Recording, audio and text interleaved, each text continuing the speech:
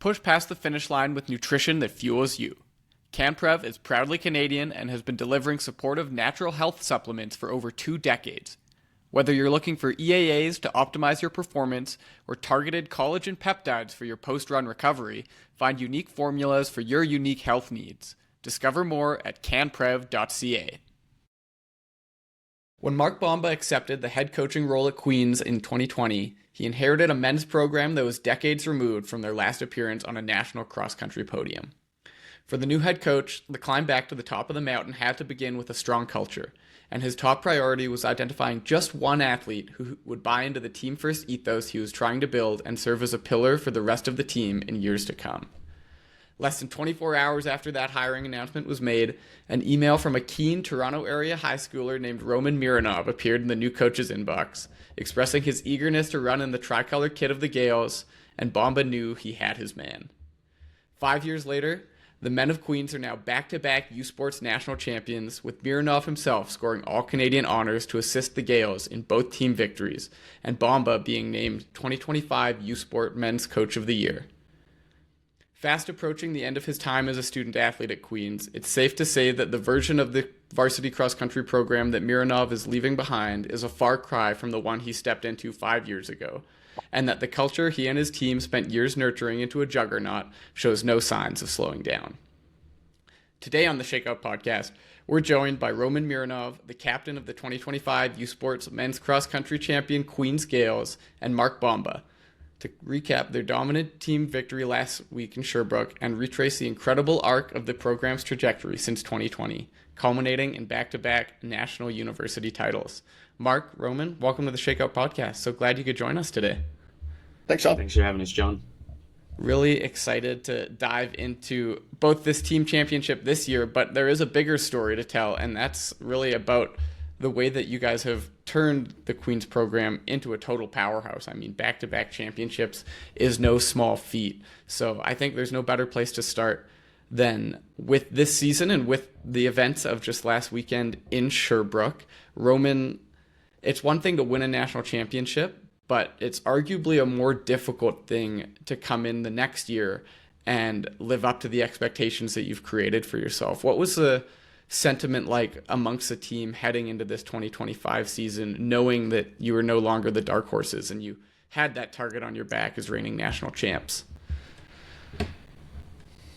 I mean, I was talking to some of the guys about this, and it's very different than winning last year. Both years we've gone in as favorites into the championships. The difference was last year we still had to do it. And then this year was, like you said, there's a target on our back. It becomes an expectation. I think for me, I had so much trust in all the guys that were going to toe the line that day. We've trained together for so many years, and every one of them, is carefully selected, right? It's not an accident that they're here and bought into the program.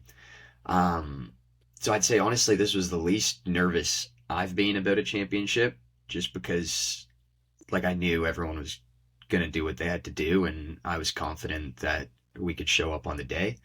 And also, just being my last year, I said this to a few people, all weekend, I was hoping time would slow down a little bit, try to soak in every moment. And I think that kind of took a bit of the pressure off. It definitely takes away a bit of the excitement. It brings me to a question about coming into this. You talk about wanting time to slow down a little bit, being that this is your senior season. And we're going to touch a lot on this, hopefully later in the conversation, about the team culture that you've built and why you would want to stretch those moments out with your team. But I imagine during the race itself, at least from the live stream watching, it seemed like time was going excruciatingly fast. Every single time they panned to the chase pack and the pursuit, it seemed like there was a real team battle going on between the Queen's Gaels and those white and green singlets of the Sherbrooke Verte. How much of a race strategy did the team have going into this race, knowing that they were going to have such stiff competition from the host team? And really seeing that play out during the race, was that on your mind at all while you were competing, knowing that every spot was going to count?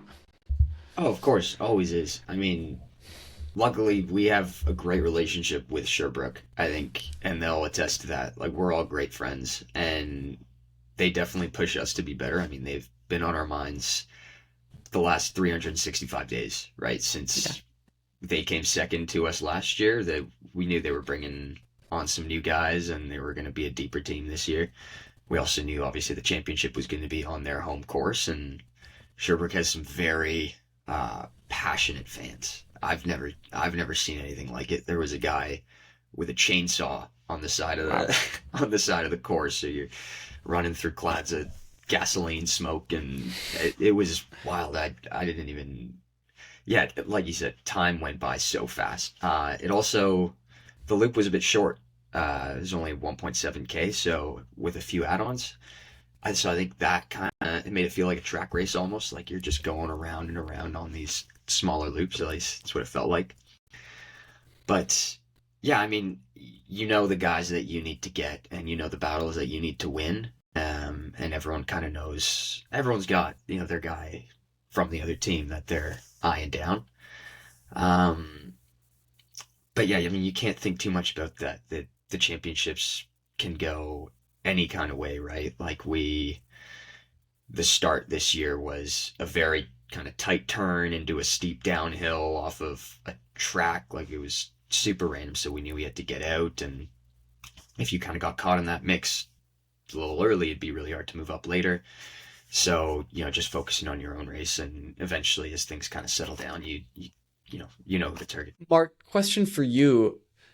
Knowing the stiff competition you're going to face, particularly from Sherbrooke, and knowing, as Roman mentioned, that this course was unique in how many tight sections there were, particularly coming right off the hop, where you're starting on a track and then funneling almost immediately into a fairly narrow course. What was the advice to the men on the day in terms of how you wanted to see them play out the race? Yeah, I mean, good question. We knew the way we were going to have to go good, like Roman mentioned. That was one. And I think last year's course in Kelowna, which was not that dissimilar to the start area, it had its own sort of concerns that we had last year. And I don't think there was, from my side, it was, we were already pretty prepared going in. I think by the time we were going in, it was just tweaking. So, like, one of the things that I did mention, the only really thing I mentioned to the guys before the race um, was just to get out good, but then make sure that they were running their own race after that kind of initial start. But other than that, there was no real specific, sort of grand strategy going in. And I think that was the simple reason from my side. And I chatted with the guys about this, but it was like, I knew, and I had this conversation with Roman earlier in the week, but like, just about how to approach this race. And from my side, it was like the day after we won last year, the conversation had already moved to what are we going to do 360 plus days from now. And so that was one of the things that I said to them was you need to trust that in the back of your mind, you have been preparing for this for 1 year minus a day. And so trust that when you guys get to the starting line, like you will have the best races of your season. And so from that side, I like full confidence in that their ability to sort of step up, understand, having been in that environment before, having a great veteran leadership group, and Roman can probably chat about this, but I had a meeting with our leadership group earlier in the season, and my conversation with them was after today we do not talk about defending. Like, end of story. Everything from here on out is purely about preparing and process and how are we going to win again. And so, that was sort of the general gist of things was we basically spent 2 months just how are we going to do this? And from my side, that was sort of laying the groundwork to trust that these guys were going to show up on the day. I was going to chime in. Mark never gives race advice on race day. So for him to come and tell us, like, we knew that was obviously important, and we did get out. I mean, I think I was leading the pack for a solid 400 meters. And yeah, Mark's all about process. So we've, like you mentioned, this has been in the back of our minds for a year now. And I went into his office earlier last week just to chat a little bit because sometimes when you're so focused on process, like you really have to buy into it, right? And it's not Yeah. always. I mean, um, what's the word? Delayed. You Gratification. realize the wins later, right? It's you really gotta be patient with it. And I come into Mark's office and I was like, Mark, my season's it's been okay up to this point. But there's not been anything for me to be like, yeah, this is I've turned a page this year. This is new Roman. Like, let's go, let's get after it. I mean, I finished seventh at OU's, which was my worst OU's finish in second year. It's still a decent race, and yeah, I mean, like Mark said, he was like, well, the focus has always been that one day, November 8th, and yeah, I mean, he was right. Yeah, trusting in the process, as cliche as it sometimes is to say, I don't think many programs do it as well as they think they do. Mark, I want to circle back to something you said where the advice to your guys was we're not thinking about defending from this point onwards. And I think it would be a very easy narrative to fall into to go into a season as the defending champions and be fixated on repeating and to feel like there's this added pressure. We've done it before. We need to do it again. And uh, I guess by definition, it's a break from what got you onto the top of the podium in a previous year where you're not coming in as defending champions. How difficult was it to get the buy-in from the guys to treat this year like any other year and to run with that chip on their shoulder that they may have had to run with in every previous year up until 2024 when they finally did break through and win that national title? Yeah, good question. I mean, I think 3 years ago in Western, we thought we had a team that was good enough to win, and unfortunately, we had some bad luck. Honestly, like no fault of anybody. We had some bad luck with one of our top guys who just ended up with an injury that continued on, and all of a sudden we went from like we think we can win to okay, we were in for a bronze again. Um, but honestly, it was pretty easy. My relationship with these guys, and we can speak this later, but specifically with Roman and Jude, um, and obviously now them being in their last year, it's just like it's an easy conversation for me to have with them. And the best part is we've been fortunate enough to have some really good leadership over the last few years, and it's just sort of been a constant continuum. So it's pretty easy from my side when you've got guys like Roman and Jude who have been there and done that and done this, and carry a lot of weight with the younger guys on our team who are going, this is what we're going to do.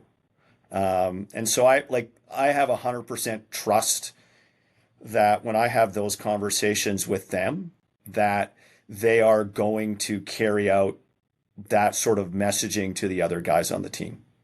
That would be one.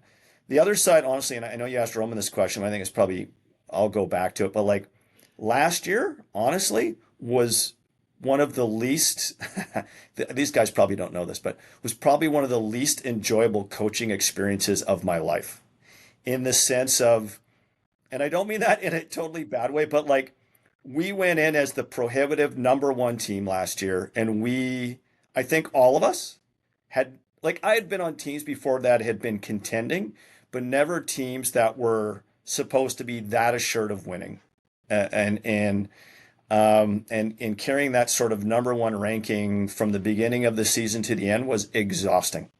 To the point where when we won, and I mean, we had our, also it was a huge difference this year, but because the men's race was first last year and the women's race was second versus this year flip flop. But I mean, I remember just being out there and just like, where are we? Where are we? And just it wasn't until even when the final results came out and I just saw the guys at the finish line and I was like, we won. Now I got to go check in with the girls. Like there was no time to savor that. And even having done that, versus this year, it was really relaxed. Like I think we all like you were saying about having time slow down and enjoying the moment. Like this year, from my side, if there was one mistake I realized last year that I had made, and I don't think I put the pressure on that guys, but I think we just felt that pressure that we should have, had a really good chance to win the year before, and we didn't win OUAs, and we didn't, we medaled at U Sport, but we felt, I think we had underachieved, honestly, the previous year. And so, having that chip on our shoulder that we had kind of had the previous years was kind of still there. But it was entirely new territory for us. But this year it was like, it wasn't the concept of being there, we need to defend. From my side, it was being there, we know how to defend. What was I think that was a huge um, change. It was a very relaxed year this year, honestly, like from my side. Yeah, So that yeah, subtle mindset shift of being there, having done it before, knowing what to expect. That seems like a theme that's played out and built on itself really since the beginning of your tenure, Mark, at Queens. And no small coincidence, I don't think. Similar tenure for you, Roman, as an athlete under this program. We talked a little bit off the top in the intro about you being the first athlete that reached out to Mark when he was announced as the new head coach and being really bought in from the hop to wanting to build a strong winning culture at a school that has always been a contender. But I believe the last podium appearance for Queens was 1996 before you finally made it back on just in the last couple of years. Mark, question for you. It's so difficult to come into any school setting, especially one that has an established culture with longstanding coaching, and take over and try and balance your own personal brand of coaching, your own vision for the program, with all of, for lack of a better word, the baggage that comes with having this history that you're inheriting. And you're trying to do all of this while trying to get results right off the jump and kind of embed yourself within a program immediately. Can you speak at all to the culture of the men's program in particular at Queens when you arrived in 2020 and how it's morphed and changed over these last 5 years with guys like Roman coming up through the ranks? sure. I mean, I think our guys side was really lucky when I came in. There was really only two guys who were kind of left over, and that was Miles Brackenbury and Mitch Kirby. And fortunately from my side, those guys early on committed. Like they were fully committed. They were fully bought in. And once again, my I spent the 1 year out in BC before I was officially on the ground here, and that was Roman had signed, and so I knew coming in that we had a pretty good solid group who was returning in Mitch and Miles. But I also knew what I wanted to do, which is what I'd kind of previously done, and that is take one person who's it doesn't even have to be an off the charts athlete, but I needed a strong character guy who I also knew was talented. That was one. And I had no idea who this Roman Mironov kid was. He had just got hold of me, and did a little couple Google searches, and immediately the first thing that shows up is this 15-year-old kid who had become a apprenticed barber in the Toronto at the Black Owl Barber Shop. And the reason he had become an apprentice barbershop, for the simple reason is he had badgered the head barber for like 2 years till he finally let him in. And so I show my wife this video, and she goes, "That's your guy right there. Like that's the guy you want to build this team around." And so I reached out to his club coaches who I knew, and I said, "Look, this is my vision. This is what I want to do. Is this my guy?" And they're like, "Yep, 100%. This is your guy who you want to build a team around." And so that became, from my side, really easy to begin to define that culture, because I had three core guys come in who wanted into the program, who were buying into the program, could see the sort of vision that I had. And when I sat down with Roman, said, here's my concept, here's the philosophy. It's a bunch of guys going to bat for each other. It's team first mentality. It's about relationships. And that's our process. And if we take care of those things, then the performances will take care of themselves. And I remember saying to him, I was like, I got a 4 year plan. And like by 4 years, I think we can win. And I think probably Roman at the time was like, yeah, right. But you could see the beginnings in that first year. And don't get me wrong, like it became really easy when you've got young guys like Roman buying in, you've got veteran guys like Mitch Kirby and Miles Brackenbury buying in, and then you luck out. And this is a totally different story, but you luck out with a guy like Jude Wheeler D, who I think, I haven't gone through the record books, but that guy's got to go on as the greatest walk-on in U Sport history. And I think that's the big other thing people don't know is like this guy was a walk-on in year one. He literally made our team the last day of our tryouts, and there's a great story there. But as much as you want to go by the vision we had, like we got lucky. And then you get guys like Roman and Jude coming in year one and are successful. Becomes really easy after that for anyone coming into the program to go because they just become curious. Like, why have all of a sudden this team in year one in basically a complete rebuild? Like, how are they able to finish fifth at U Sport? How are you able to take a guy like Roman and get him to medal at U20s? How are you able to get a guy like Jude who, ends up being second at the U20s that year and just missed qualifying for World Juniors?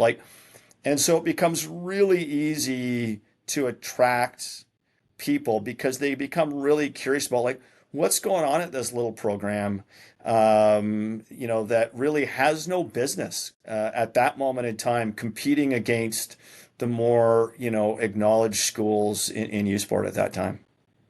Yeah, there's something in the water for sure. And I absolutely hear where you're coming from, where once you've had that initial success, it does become iterative and it builds on itself. But that wasn't the case for you, Roman. Your first year on campus, it was a gamble. There wasn't those years of massive success where you could look to and say, this is where I want to go because I want to be the best. And yet you were still the first person to reach out to Mark hours after he was announced as a coach. Take us back to what went into your decision making all those years ago. What was it about Queens and about the program that Mark was going to be heading for the next foreseeable future that drew you in, that made you curious without having those kind of typical draws that most high schoolers are looking for, like a championship record? Yeah, I mean, trying to retrace my steps now. Obviously I knew I wanted to run You're going back a collegiately. long ways. Yeah, it's 5 years or 6 years, I guess.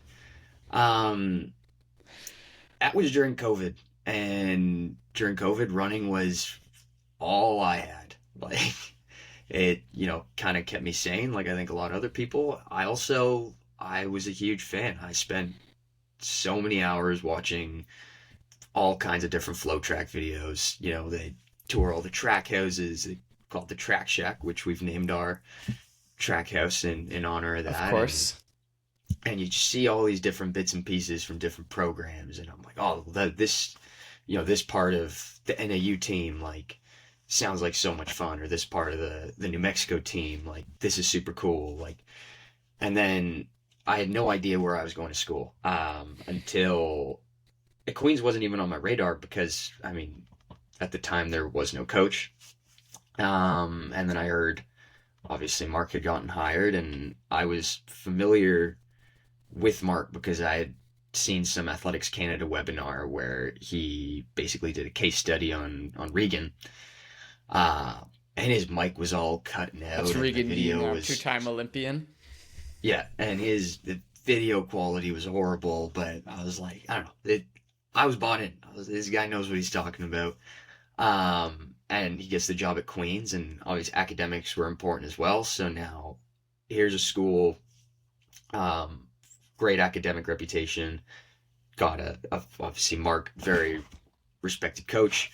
So like you had mentioned earlier, I sent him an email. I think we called the next day, and like he's kind of mentioned, it was a blank slate, and he had said, he just needs, me and a few other guys to buy in, and we can basically make the program whatever we want. So it was a unique opportunity where, um, like I got to have a say in creating the team I wanted to be a part of. And as opposed to just walking into something, I could take the best parts of everything and basically live out, my high school dream.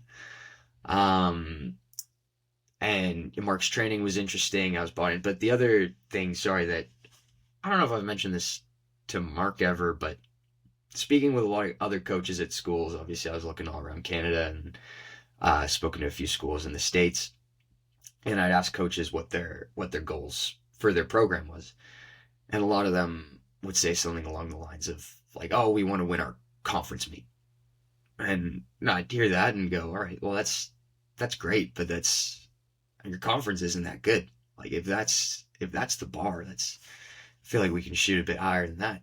And Mark actually he really didn't say anything about performance. Obviously, he had mentioned that we'll win in 4 years, but that was an afterthought too.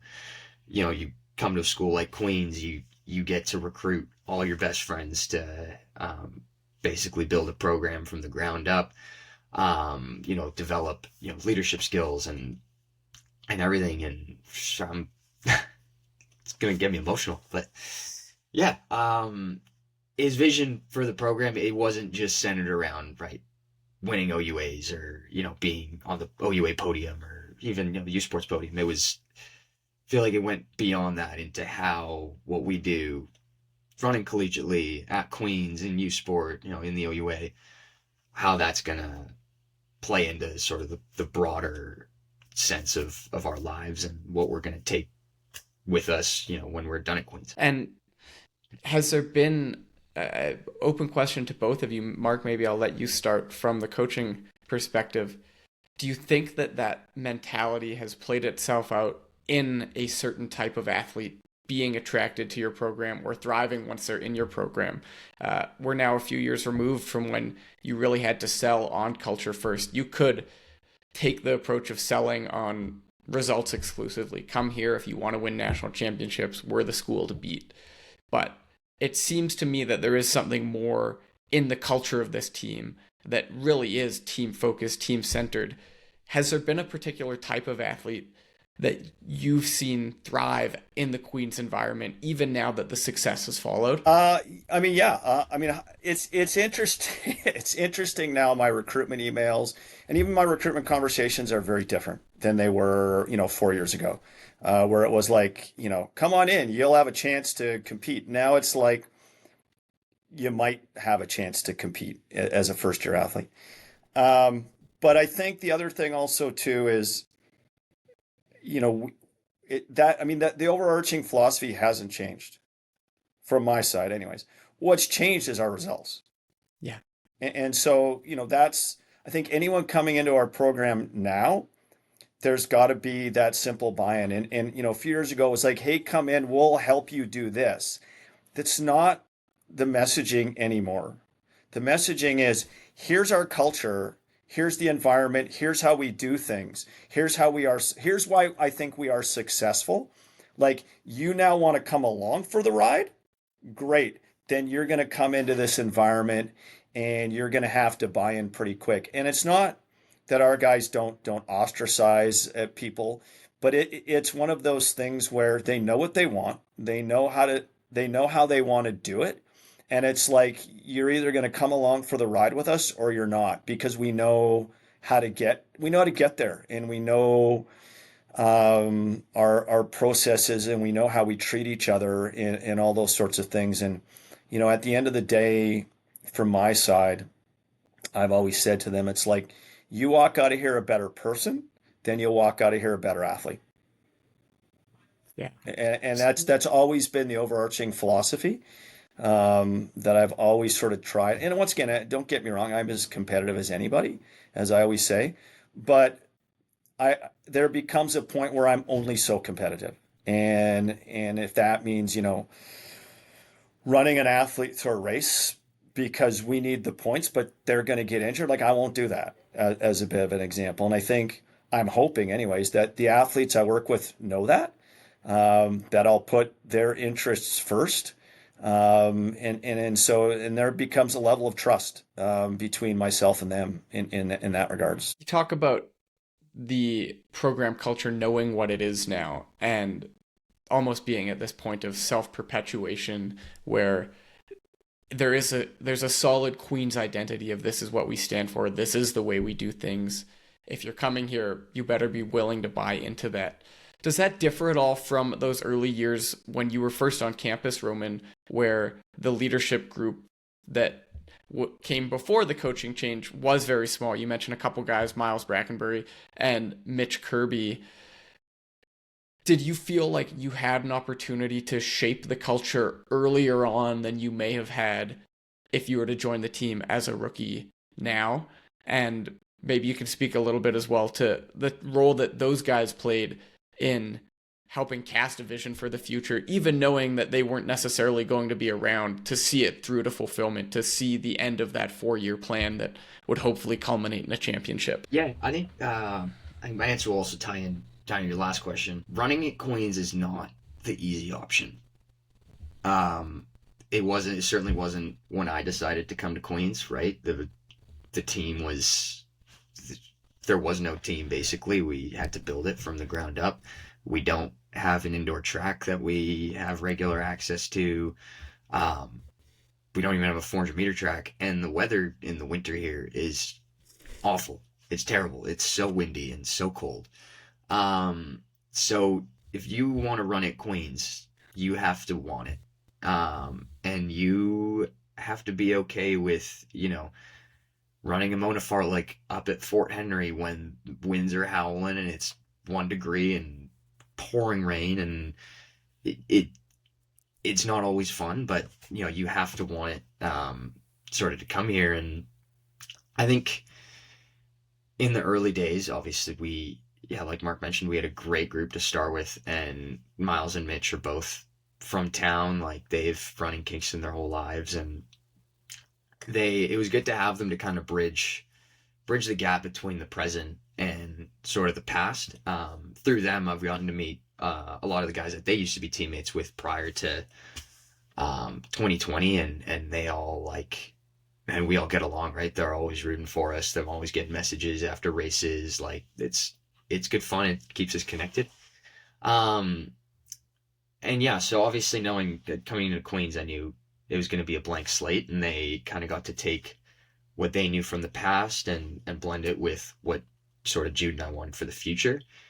And so this idea of sort of team culture being set right now, I think is, I'd almost disagree, because I think now that especially Jude and I, or Miles, Mitch have both graduated, Jude and I are also at the end of our careers.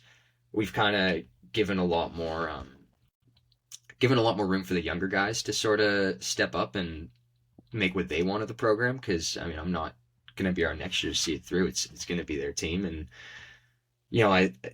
we both kind of agree that we had our time. Maybe the first 3-4 years, and now it's definitely time to pass on the torch. And I think a lot of things carry over, but I think there's still plenty of room for people to, like, Mark's not really that involved in our team culture. He leaves that up to us almost completely, right? There's, like he's mentioned, there's certain moments where he'll direct us or guide us, but a lot of it comes down to the athletes, and he trusts us and we trust each other.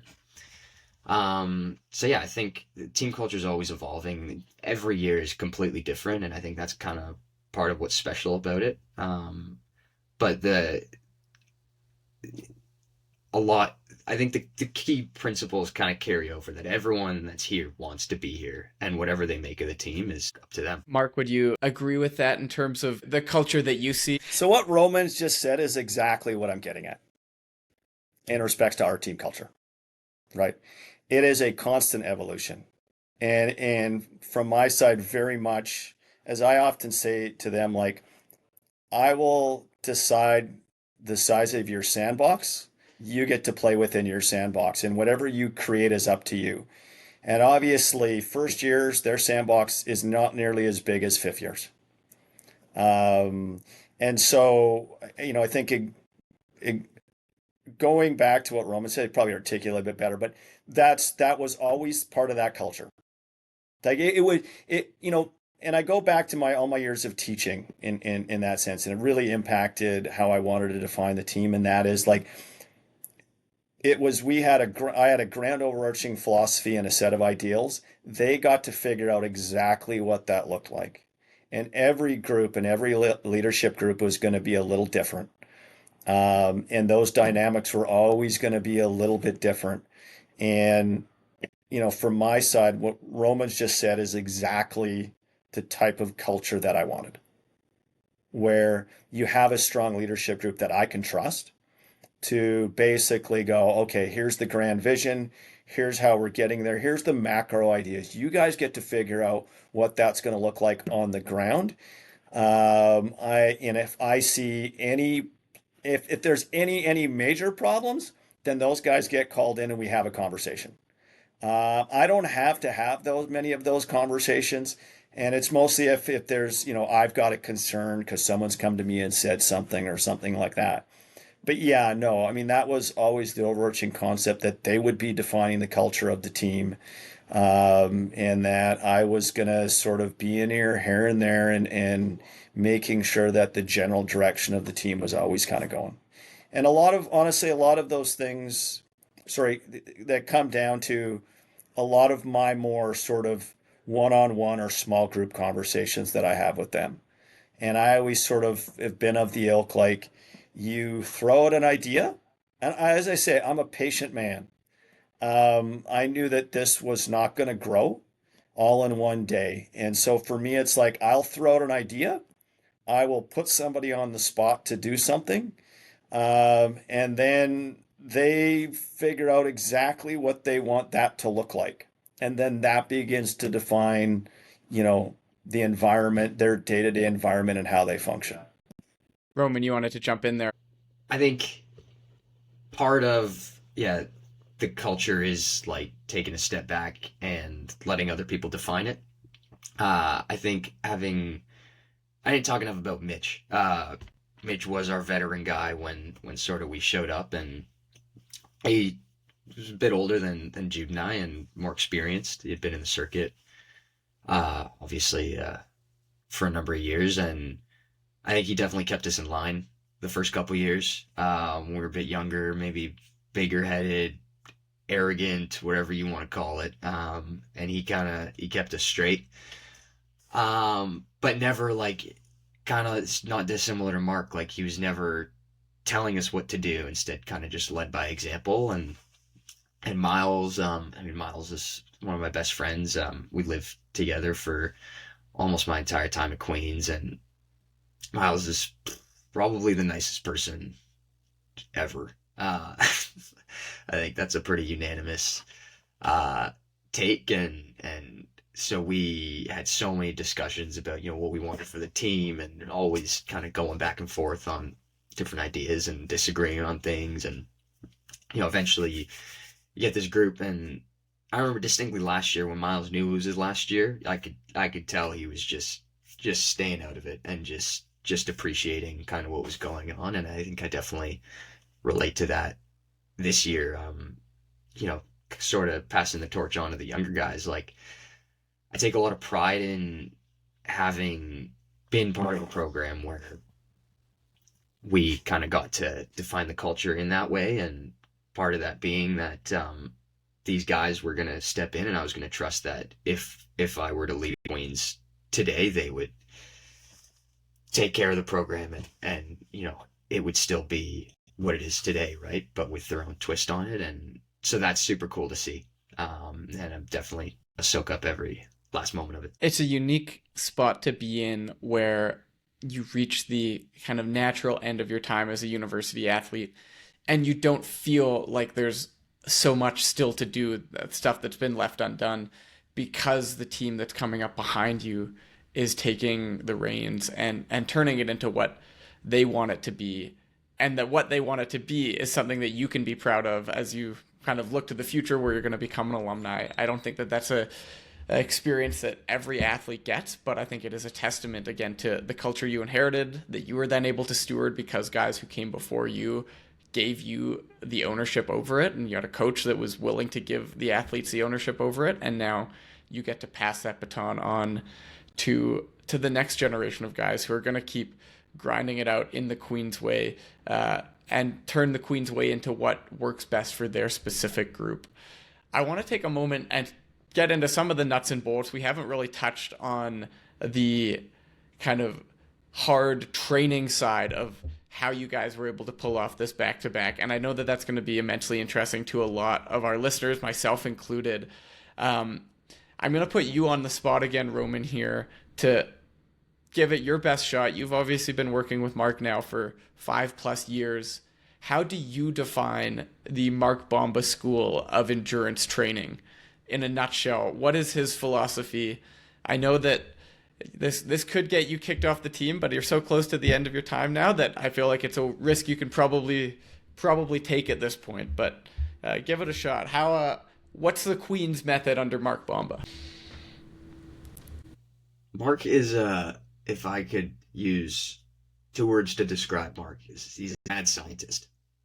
I can't say that Mark is a volume guy or maybe speed oriented. I mean, we tend to be on the higher volume side of training. Mark always says, run as much as you can without getting injured, as a general philosophy. But Mark is always trying new things, always kind of learning from what's worked and what hasn't, and a lot of this stuff we don't even hear about. Mark gives us the workouts and we run them, and then we'll debrief them, later on, months later, and it'll be like, yeah, we ran this double threshold 4 days before this race, and look how you did. And then we did a single session like a few days before the next one, and it didn't go as good. So now moving forward, and here I am thinking like, these is just workouts we got to do. Like, we're not really, I don't know about all the experimentation and the testing, but Mark is very individualized with his training, always trying new things. And sometimes it it's hard because you never really know what to expect, but that's kind of part of the fun of it, where I can never say that yes, practices are going to be Tuesday, Friday this week, because Mark could suddenly decide we're going to try and do 3 workouts instead of 2.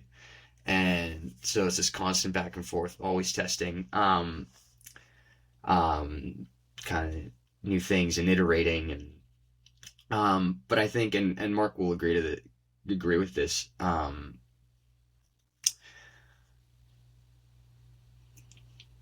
Mark sets up training in a way that you don't have to rely on him. Mark and I could not speak for 2 weeks, and both of us know like everything is going swimmingly, crushing workouts, like feeling great. He knows what's up, and that's kind of the thing. Like when I went on exchange, I was able to kind of design my own training based on what I had learned from Mark, and be confident that I was going to come back and still run a good season. I hope that answers your question. We'll get the full picture of whether it answers it or not. Mark, agree, disagree? Is he hitting the nail on the head? Yeah, I think so. I mean, people always ask me that question, and I'm like, there's no answer. Like there is no singular answer. Everyone's a little different, and I'm always experimenting. And even in the time I've been here, like our training's evolved. And sometimes, it's just gut instinct. Like Roman was mentioning 3 workouts, like we did that kind of mid-season. Most of the time we're just doing 2 workouts a week. And I was like, there's a couple things I just felt needed to be done. And so, okay, we're going to throw in a 3-week session just for this week and focus a little bit more on a bit more speed. And then that set up the rest of our season. And in that sense, it was one of those sort of gut instinct things that worked out perfectly. Sometimes it doesn't always work out that way. But most of the time, when we kind of do that, it's like, okay. But yeah, there's, like I said, and I often describe myself as a bit of a mad scientist because I'm always tweaking and I'm always looking. And my big thing is, we can go buy the book. And then until we find people who don't go by the book, and then we completely throw it out the window. Have there been any specific sessions that have been fan favorites, Roman, sessions that maybe you have revisited that haven't gone thrown out the window, that have established a little bit of a reputation amongst the team of, okay, we know we're ready to race if this goes well? Yeah. First of all, that 3 workout week, I crushed that week. That week was awesome. I've never been so confident. But also like I love kind of the sessions that we were doing. I'm you know, very much a slow twitch guy. I like some of the longer sessions. Like I like grinding out miles. I think that week Mark was talking about, our Tuesday session was, I think it was 3 minutes, 4 minutes, 5 minutes, 6 minutes, 5 minutes, 4 minutes, 3 minutes, all at race pace. Um, and it was during reading week, so I had to do that on my own. But like that was just, it's a tough session. Like especially that kind of the 6 and the 5 minutes there in the middle. Like you just got to put your head down and work through it. I think Mark loves the Mona Fartlek, and I think we always do that one kind of at a key time in the season, right before championships, and he always has us roll that one. Um, and that's a fun one because someone like me who is primarily, a slow twitch and definitely like a slow burn, I'll be trying to push the floats or the recoveries, whatever you want to call them. Whereas someone like Jude, who is a bit quicker, he'll be trying to drop me on the ons. And so we kind of have this push and pull where all of a sudden he thinks he's getting a break, and I step in and I say, no, we gotta, this is we go now. So that's always a fun one because you'll have, yeah, like Jude, who's a great 15 runner, and myself, who's more of a 10K runner, working out together and kind of going back and forth. So I think that's probably one of our key sessions. You're a man after my own heart, Roman. I myself have been known to push the pace on Mona Fartlek floats a little bit too much, but it's hey, you got to do what you got to do when you're a bona fide grinder, right? It sounds like you've got a really great crop of young guys who are now stepping up, coming into those workouts, learning the ropes. Maybe they're grinders like you. Maybe you've got some speed guys like Jude. How excited are you for the future of the program that you're now leaving behind as you look to the future, where you're no longer going to be on the cross country starting line in a Queen's uniform in 2026? But what are you hoping for from the group that's following in your footsteps when you look ahead? They're gonna be better at this than I was. To be frank, I have so much faith in those guys, especially our. Well, I can't really single any group out, but the current third year guys was a very big recruiting class and was just such a turning point for our program. That's guys like Angus and ERC and Pete, and those guys who have stepped up big for us. But man, I love spending time with those guys. Angus and Ethan they were big names in high school, and we kind of knew we wanted them, and it was very different because I knew Ethan because we both ran in the Toronto area in high school. Whereas Miles and Jude knew Angus very well.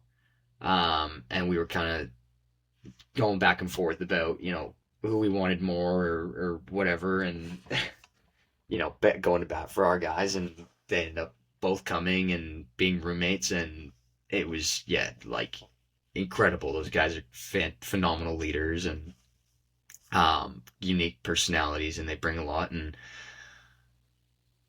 happy to have them both. Now they're obviously stepping up as leaders, and I'd say every year, sort of the second and third years really take the first years under their wing, which I don't think is uncommon for the programs. But seeing how they treat rookies this year, like Peter's younger brother Andrew or Saul, like it's cool to see. They really look out for those guys and take good care of them. So I'm stoked to see what the program looks like from the sidelines. And you're joining an alumni network that sounds like has been equally stoked to watch you guys dominate these last couple of years.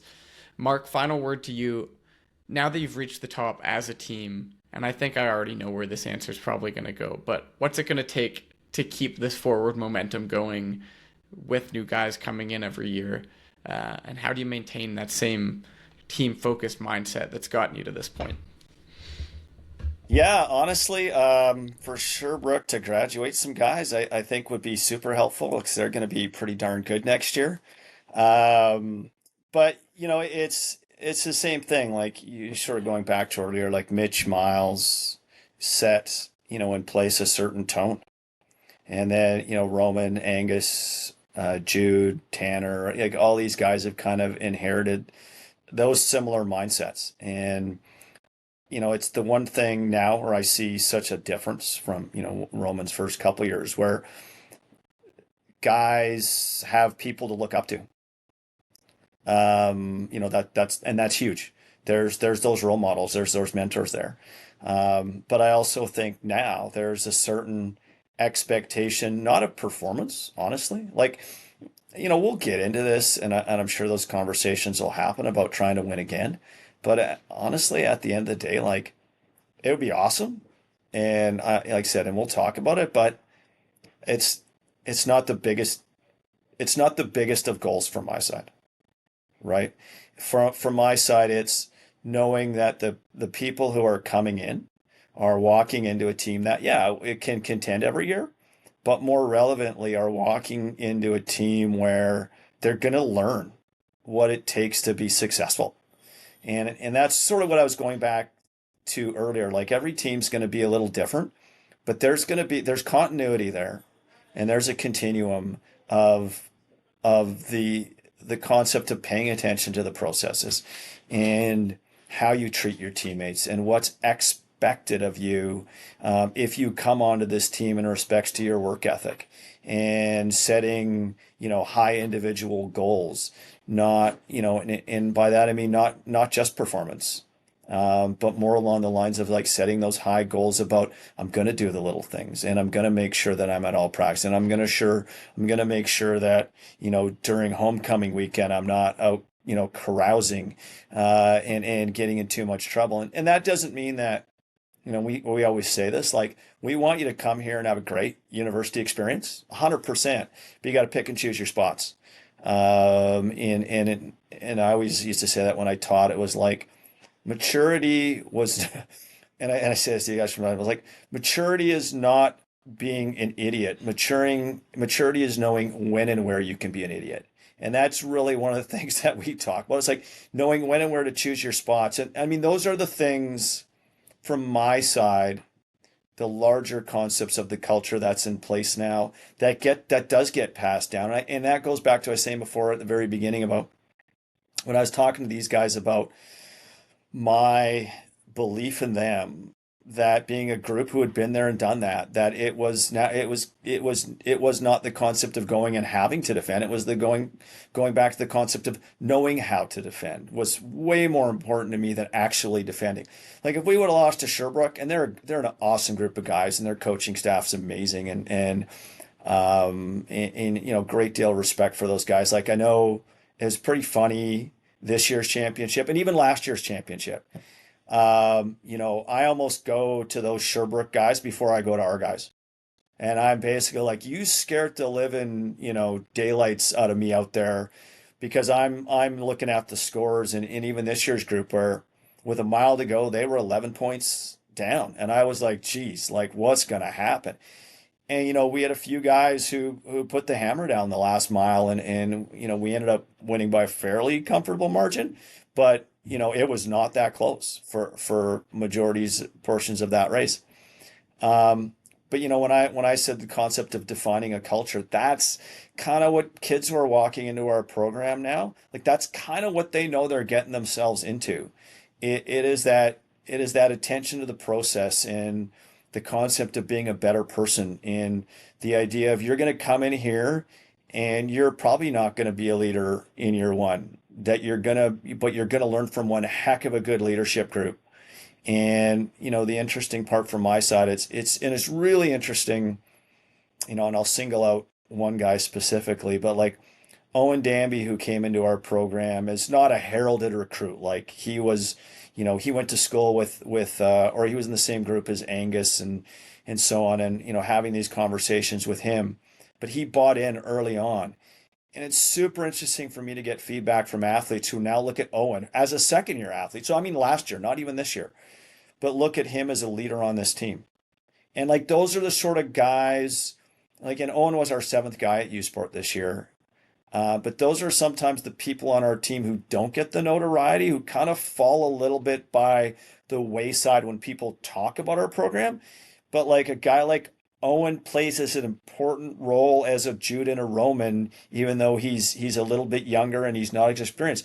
And I know that because I get that feedback about how he treats his teammates and how his teammates actually look to him for advice because he was coming in, he was not a highly sought after recruit. He came in with decent high school times, but and where to see now where he is now and how well regarded he is within our group is like, that those are the sorts of people we want.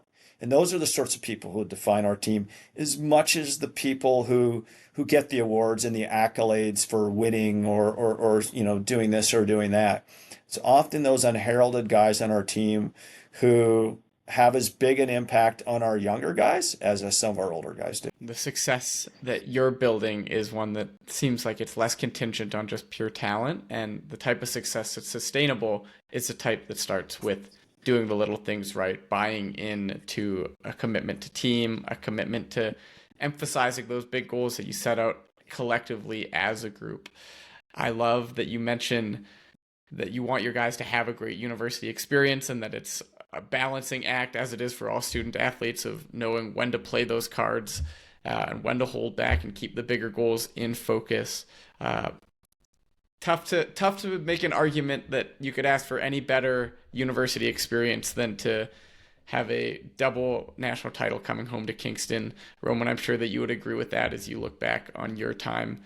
We wish you guys all the best for what's coming up next for this program. I know that it's just the beginning of a lot more great years to come. Thanks both for taking the time to be with us today. This has been such a joy. Thanks, John. Thanks, John. Another huge thank you to Roman and Mark for joining us this week to talk all about the historic repeat gold medal performance of their Queen's University Gaels at this year's USports National Cross Country Championships. The Canadian Cross Country Championships are just around the corner, and Canadian Running Magazine will be on hand as your source for all the news, highlights, and storylines as Canada's best runners vie for a qualifying spot on the national team, headed to the World Cross Country Championships in Tallahassee, Florida. Make sure to check out runningmagazine.ca and at Canadian Running on Instagram for all the stories you won't want to miss. You can follow us on Facebook, Instagram, and X at Shakeout Podcast.